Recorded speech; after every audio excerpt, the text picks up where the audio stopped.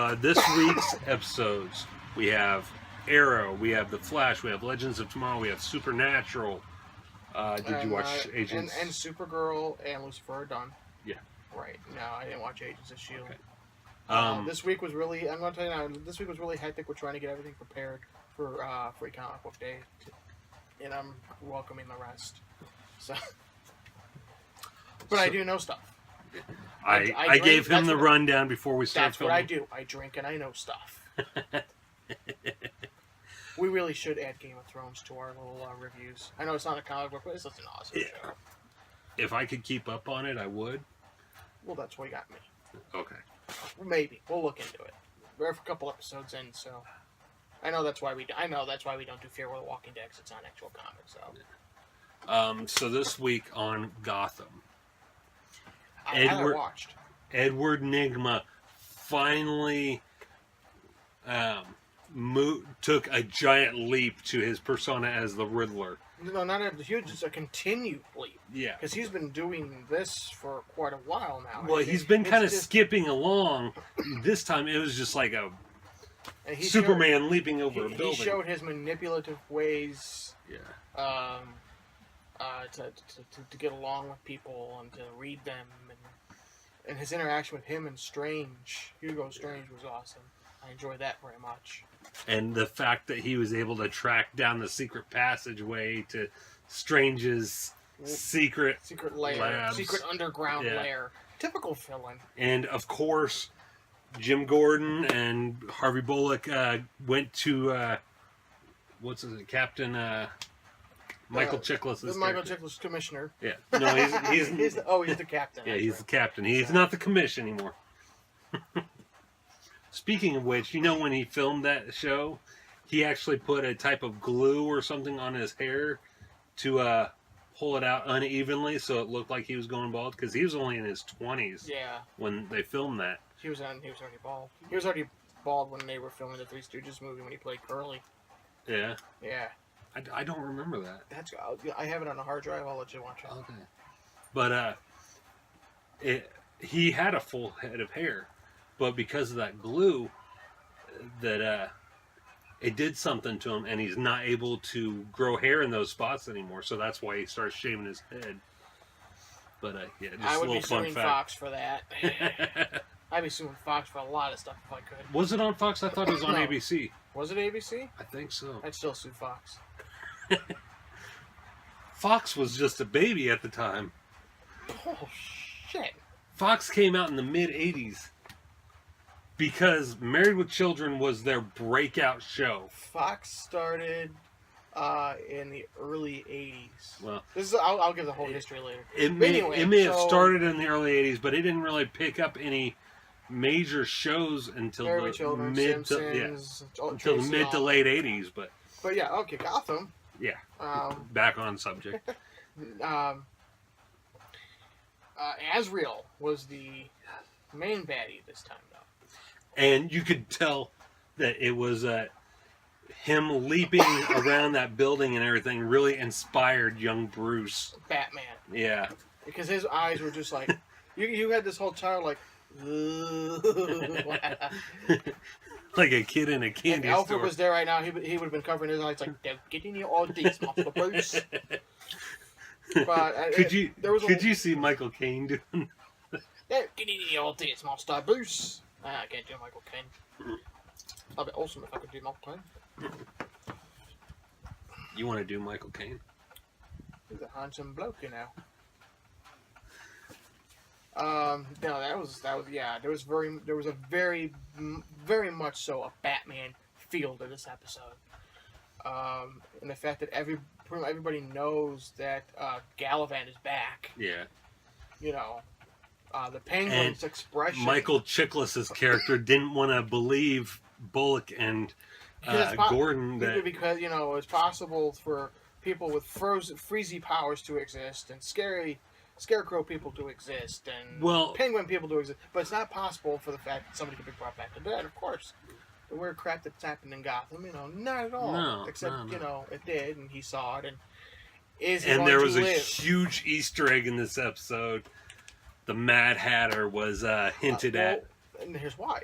because we find out, okay, first off, Hugo Strange is the one that created Azrael. He brought people back, brought Galavan back, and implanted the Azrael character in his head. By doing so, he now thinks he can implant other personalities into other people's heads. One of the things he was doing was going through 4 books, one of which was Alice in Wonderland, to which he quotes the Mad Hatter poem, and he's just overly excited at the aspect of this, and maybe we'll get a Mad Hatter, maybe we won't. I don't care. I hope we don't, but I think we will.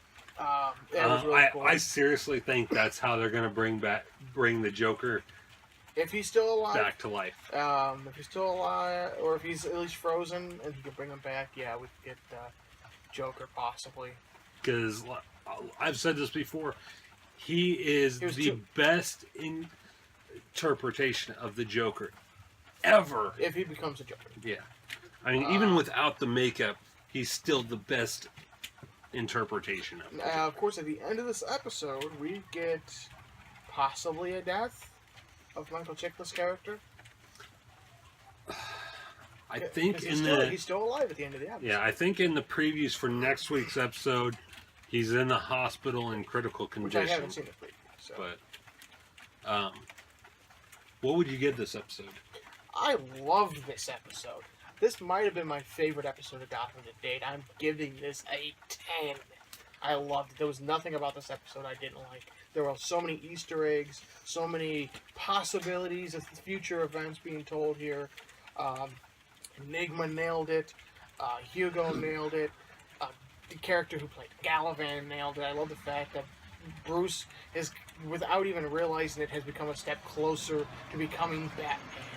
I'll give it a 9, simply because my favorite episodes of Gotham of all time are the ones that involve the Joker. Well, I've always given that one a 10 too. Yeah. So loved it. So but I can't really justify this episode being as good. 17 minutes. Sure, don't want to split it up. Yeah, being as good or topping the episodes with the Joker. We're going to continue our reviews on to The Flash. This week, Barry Allen got hosed. Yeah, he spent the entire episode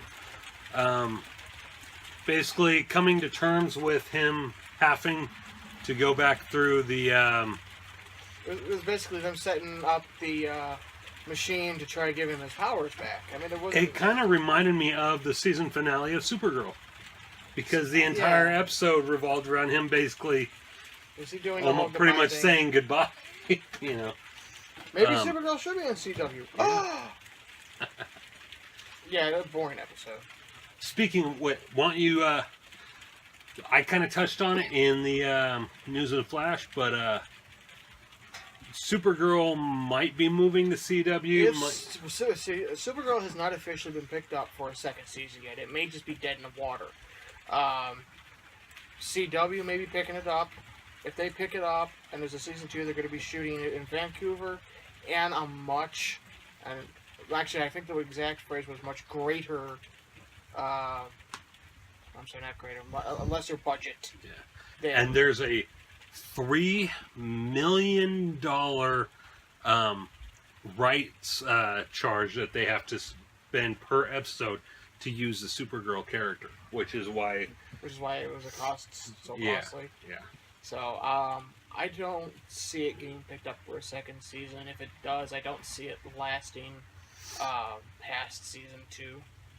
I think they might do a season 2 just to wrap up the series, and I don't even see it getting picked up for full episodes. I think what they may do is do a crisis between all the CW shows and Supergirl to try and bring her over into the main universe, so that occasionally she can cross over like they did with John Constantine. Not even a Supergirl TV series, just her showing up. Yeah.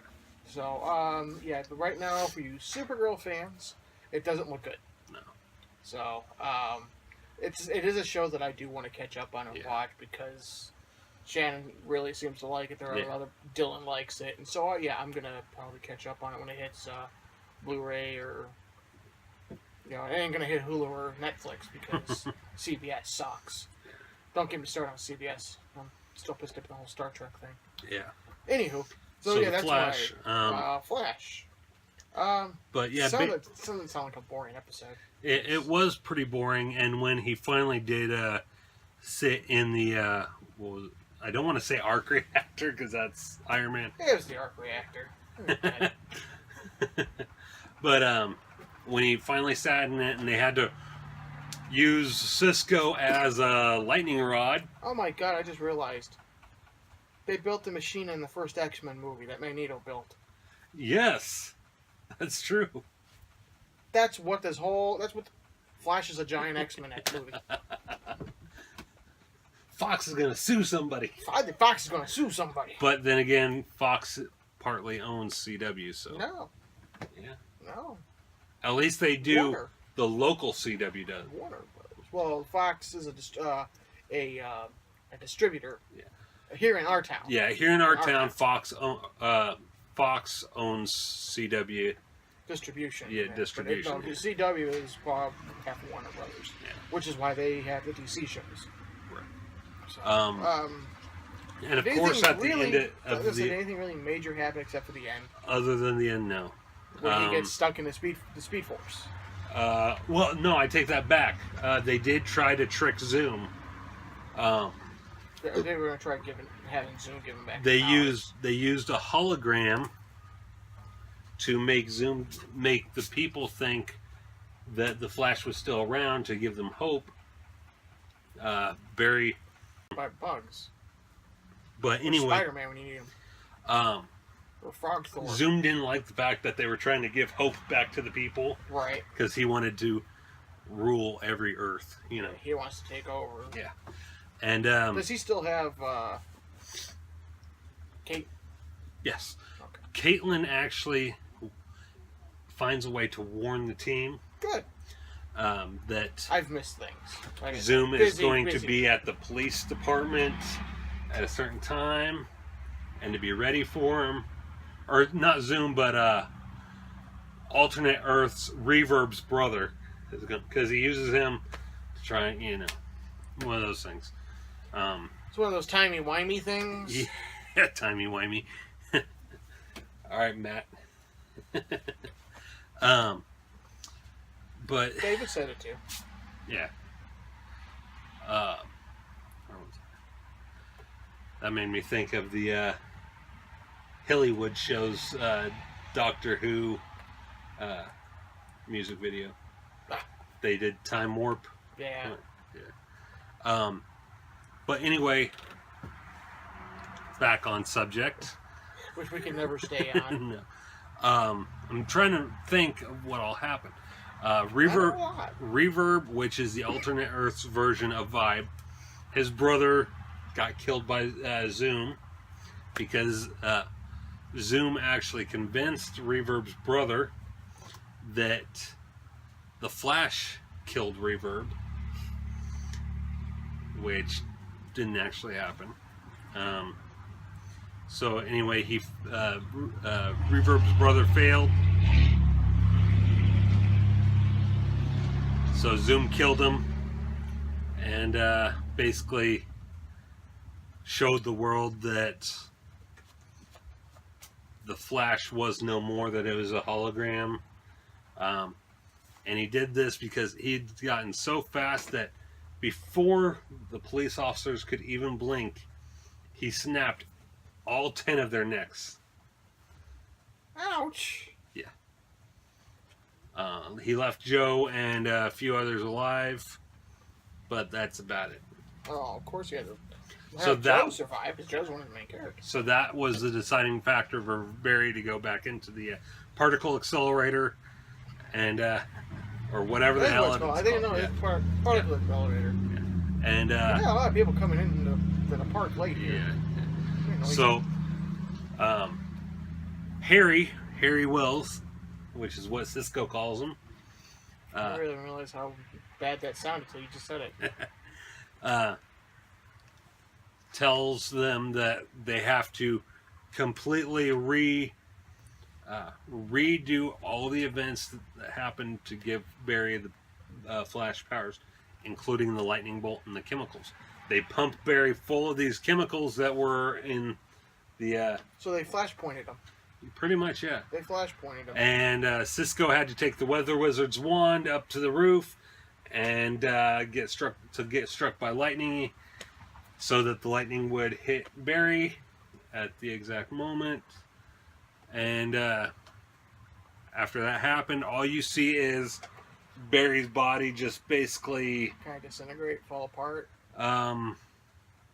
Yeah. Crumble. Yeah.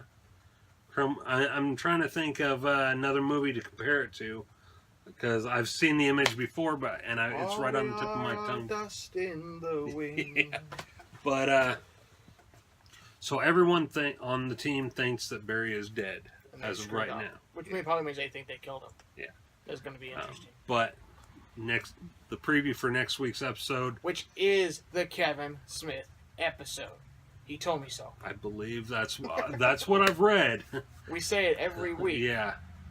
It's one of those things where, because of how the CW has screwed up the shows and takes breaks all the time. Yeah, it really is kind of sometimes hard to. But, I'm so easily distracted like a freaking cat. Shiny, shiny. Anyway, Ray, it's revealed that Barry is trapped in the Speed Force. So that'll come out next week. Yeah. Rating? Out of 10? I'll give it a 7. Simply because the end was pretty cool. 5.5. And the whole scene with the police getting their necks snapped in less than a blink of an eye was 5.5. Cool. Arrow. Uh-huh.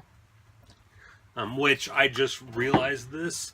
I realized it a while ago, but I forgot about it because he's a recurring character, but it's like very part-time. Diggle, the guy who plays Diggle on Arrow, also plays the mayor on Blue Bloods on CBS. I don't watch it. Yeah. I love Blue Bloods. I'm a huge Blue Bloods fan. But yeah, the episode basically, again, almost very boring, very slow, very uneventful. I don't know why they can't prove their. Let's go. It was a filler episode, but there's been a lot of those. This season. It's because of all the breaks. Yeah. Off screen, John Constantine introduced Oliver to the shaman, and he and Felicity have to go so that the shaman can teach him how to beat Damien Dark. The shaman basically tries to teach him, but he's got too much darkness in him. So she thinks it'd be a waste of time. Finally, Oliver comes face to face with Damien Dark, and Damien Dark tries to use his power on him. And of course, Oliver thinks of the people who brought light into his life, his teammates, and is able to overcome Damien's power. Yeah. And of course, Diggle kills his brother, which is probably the big thing. Yeah. That was the big thing of the episode. Diggle kills his brother. Doesn't tell his wife. Because he didn't want that on her conscience. Right. I'm sure it'll come out at some point, but because the reason Diggle killed his brother was because he threatened Diggle's wife and daughter. Yeah. He basically said, she's got to go to school sometime, which is the wrong thing to say to any. You don't parent. say to I'm not a parent, and I know you don't say that. No. So. And you could tell it killed Diggle to do it. Yeah. Because he was just an emotional wreck right afterwards. That was his blood, but I mean, you threaten a man's family, you don't care who you are. Look at it this way, it wasn't his brother anymore. Right. It wasn't the guy he stopped being Diggle's brother before Diggle thought he had died the first time. Yeah. And he just, it was, I don't know, I don't like filler episodes, I really don't. There was nothing, I mean, I'll give you my rating of it right now. Because of the death, And because they hopefully finally ended this whole damn Damien Dark storyline, which is, to me, this has been the worst season. I'd 5. Yeah, 5, maybe 6. I'm actually surprised with the introduction of Damien Dark and all the mystical elements of this season. They haven't gone and introduced the likes of Zatanna or Zatara or even Dr. Fate, yeah, I was say, or even Deadman for that. I mean, we got Constantine, which was really cool. Yeah. But I mean, this episode, the season is pretty much, to me, and again, this might have been because of all the breaks, constant breaks, has been nothing but one big filler with like 1 or 2 good episodes. I think this season, is that another one of those? Yeah, another Beatles? one of those Beatles things. He's trying to kill himself. It's the light. It is the bright light. Look at the light. Get on one of those sticky pads I got laid out. Yeah. There's no light on it. But anyway. Put a flashlight under it. Yeah. I think next season. I'm getting dive bombed here by Beatles. Jesus Christ. Boom. Boom. Things hitting it hard. How's it not knocking itself out? Where's it at? Right there. Boom, boom. Jesus. How is it not knocking itself out? Although it is kind of starting to go down a bit. Yeah. So. But I do think next season they're going to maybe introduce some of the other mystical characters, like maybe Hawk and Dove. Hawk and Dove. That would be pretty cool.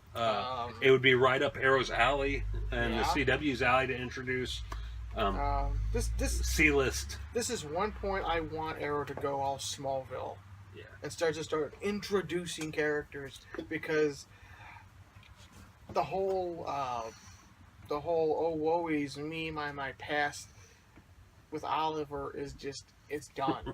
That should have ended in 3rd season. 4th season should be something all new. They had the right idea with Damien Dark, and somehow I feel they just kind of dropped the ball. Yeah. And I don't know what they're doing with the 5 years he was on that island. He wasn't actually on the island. And I don't know what they're doing which we touched with on Oliver. in the last episode. I don't know what they're doing with Oliver and Felicity. Honestly, it seemed like in this episode that they were close to coming back together. Again, they do that all the. We're together. We're not. We're together. We're not. We're together. It's the whole. It's the damn Clark Kent, Lana Lane syndrome all over again. It's tiring. I want something new. I want something fresh. I thought they were going to start getting better. I thought they were going to start following the Flash more. And it just. Which also, I forgot to mention, in the Flash, Iris revealed her feelings to Barry. Oh. So I got a 5.5. Yeah. Still, it's one of those things, not a whole lot happened, and the stuff that did happen, easy to forget about because not so much happened. Again, expect my reviews of fillers not to be a very high rating, unless something spectacular actually happens. So, I gave, this episode a 5.5. What did you give it? 5.5, maybe 6. Yeah. Stop giving us filler episodes. Stop giving us, 3 weeks before a new episode, and another 2 weeks before another. Legends of Tomorrow was pretty good. I think this one might have been better than old Flash and Arrow. Yeah, it was. Not much, but another so filler. in the last episode, they captured Vandal Savage. Vandal Savage tried to play the Atom against Hawkgirl. Because Atom and Hawkgirl are kind of an item. They're engaged. They're actually engaged. Well, they say they are, but they sure as hell don't act like it. Without going into all the details because it's just too damn confusing. Basically, he convinces Ray Palmer to get that little voice to basically make that little voice in the back of his head get louder and make him a little bit more jealous of Kendra and what's his name? Carter. Because last episode she found future Carter, whose mind got screwed up by Savage, and Savage is the only one who knows how to break his mind right. And so, but she's trying to get him to remember. In the meantime, Ray is getting jealous and ticked off. But he basically, he goes into Savage's cell and tells him, I'm not going to become you. yeah, it kind of pisses me off. It hurts. It breaks my heart that me and Kendra aren't going to work out, that she's still in love with Carter. But shit happens, basically, and he's not going to become Vandal Savage, you know? Right. And Vandal Savage, Ray actually tries to punch Savage, or he does, I think he does actually connect, and Savage basically, I think he chokes him out or something. But I can't remember if he knocks him out. He gets Ray out, he uses his hand to escape. Yeah. Escapes, they recapture him, and this is where the episode actually, the only time I think it's actually got really good, is they recapture him, they bring him to the Time Masters, to where we find out the Time Masters are even bigger douchebags than we originally thought, because they were working with Savage. They need Savage. The timeline needs Savage. So they're the ones giving Savage the future technology. Future tech, and so Savage is set free. Rip and the Legends are arrested by the Time Masters, and there we got next week's episode. Yeah. So, because of that nice twist at the end, I'll give it a 6. I'll give it a 7. Now on to Supernatural.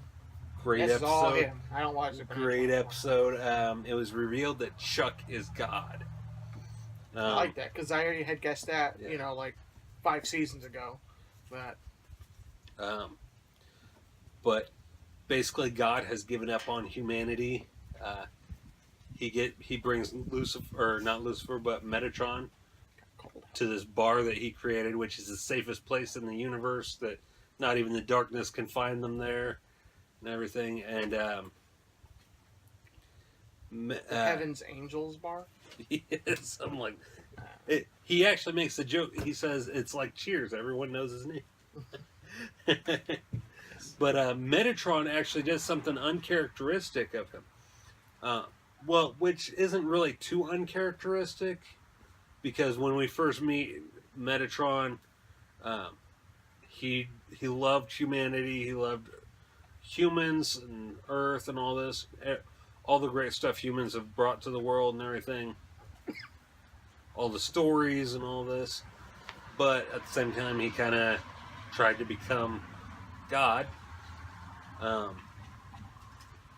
anyway, I didn't do it. Metatron is basically... He wakes up in this bar, and he sees Chuck sitting in one of the booths. And he's just going off, talking all this shit to Chuck about how lousy his books, Supernatural, were, and how he's not a writer, and he's just shit. And then Chuck reveals that he's God, and Metatron is just like dumbfounded. And he's like, "Oops, I'm sorry, I didn't really mean that per se." Yeah. And But God has basically given up on humanity. They released the dark. Sam and Dean released the darkness. Did they really? Yeah. Why would they do that? The darkness was connected to the Mark of Cain. Okay. And because Sam was able to remove the Mark of Cain from Dean, they released the dark. Yeah. Wow. Yeah. Because the Mark of Cain was basically making Dean a demon. A demon. Again? Yeah. Wow. Yeah. So And, he was a demon last season. This season it'll be Sam. Something like that. They switch off every freaking season. Anyway, finally Metatron talks some sense into God. Tells him, look, humans aren't perfect. You didn't make them perfect. But there is good in them. They are what is not only wrong with the world, but what is right with the world, too. They are hope. And God also reveals why he imprisoned the darkness in the first place. Because he would always create something and she would destroy it. He'd create a planet. She would destroy it. It's one of those things. Okay. Basically a brother-sister spat. Yeah, sibling rivalry. It sounds like you really liked this episode. I did. It was a good episode. And you mentioned something about the darkness. The end. I like the end. The darkness was consuming this town that Sam and Dean were at, and they were locked up in this police station. And the darkness, as a fog, was basically consuming all these people, turning them into basically her type of demon, I guess you would call them. Yeah. But anyway, Sam and Dean and a few of the townspeople are held up in this police department. Are we men or are we mice? We're mice. Afraid of a bunch of bugs. And Stand By Me. Yeah. Anyway. I was thinking It, but yeah, that works too. What was it? It was It. Oh, okay. I just watched it a couple days ago. I thought they said it in Stand By Me also. They might have. Yeah. Anyway, back to the topic at hand. 17 minutes. Yes. Finally, the fog dissipates. That's turning out all these people into the darkness, and this is minions. And Sam and Dean and all the people come out. Everyone who was affected by the fog is now alive, even if they were killed while they were possessed, you know. And Sam and Dean see Chuck in the middle of the road healing people. Chuck turns around. Sam and Dean are dumbfounded because they thought Chuck was dead. And Chuck's like, "We gotta talk." And credits. Yes. It was a good episode. This from what you told me about it, I'll give it an 8. Yeah. It sounded really cool. I'll give it an 8.5. Not a lot happened, but the big reveal I knew was coming was God has to fight the darkness, you know. And it was cool that they made Chuck God. Yeah. Since he wrote the supernatural books in the series, so yeah, that was pretty cool. I did not watch Agents of S.H.I.E.L.D. this week, so one I have to catch up on. I'll watch next week, so I think next week... no Agents of S.H.I.E.L.D. review, but I think next week's episode is supposed to tie into Civil War, which leads us to our... Not yet. Not We've yet. still got we got a lot. comic books, movies, and video games left. There we go. So stay tuned.